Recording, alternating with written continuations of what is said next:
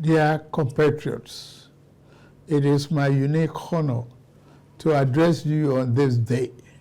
This is the third anniversary of our nation's independence, both as the president of our dear country and simply as a fellow Nigerian. On this solemn yet hopeful day, let us commend our founding fathers and mothers. Without them, there would have been no modern Nigeria. From the fading embers of colonialism, their activism, dedication, and leadership gave life to the belief in Nigeria as a sovereign and independent nation. Let us, at this very moment, affirm that as Nigerians, we are all endowed with the sacred right and individual gifts that God has bestowed on us as a nation and as human beings. No one is greater or lesser than the other. The triumph that Nigeria has achieved shall define us. The travails we have endured shall strengthen us, and no other nation or power on this earth shall keep us from our rightful place and destiny. This nation belongs to you, dear people. Love and cherish it as your very own. Nigeria is yours.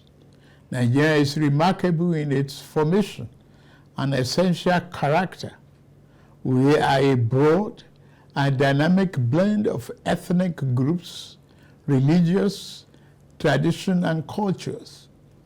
Yet, our bonds are yet intangible, strong, invisible, yet universal.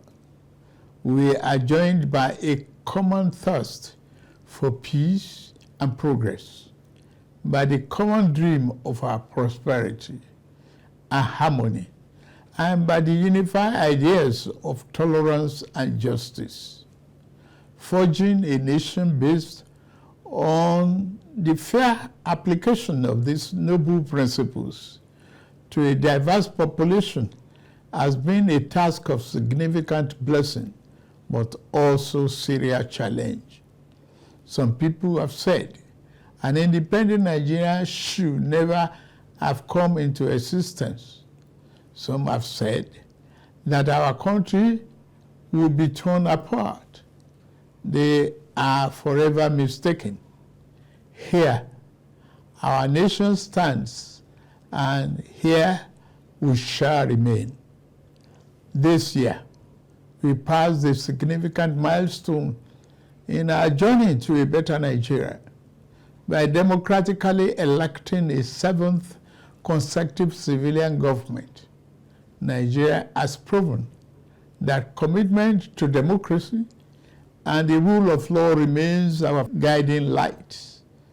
At my inauguration, I made important promises about how I will govern this nation. Among those promises were pledges to reshape and modernize our economy and to secure the lives, liberty, and property of the people. I said that bold reforms were necessary to place our nation on the path of prosperity and growth.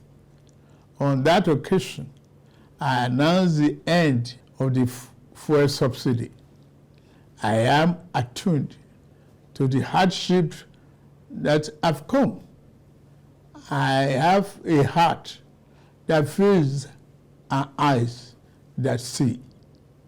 I wish to explain to you why we must endure this trying moment. Those who sought to perpetuate the fuel subsidy and broken foreign exchange policies are people who will build their family mansion in the middle of a swamp. I am different. I'm not a man to erect our national home on a foundation of mud. To endure, our home must be constructed on safe and pleasant ground. Reform may be painful, but it is what greatness and the future require. We now carry the cost of reaching a future Nigeria where the abundance and fruit of the nation are fairly shared among all, not hoarded by a select and greedy few. A Nigeria where hunger, poverty, and hardship are pushed into the shadows and ever-fading past. There is no joy in seeing the people of this nation shoulder burdens that should have been shared years ago. I wish today's difficulties did not exist, but we must endure if we have to reach the good side of our future. My government is doing all that it can do to ease the load.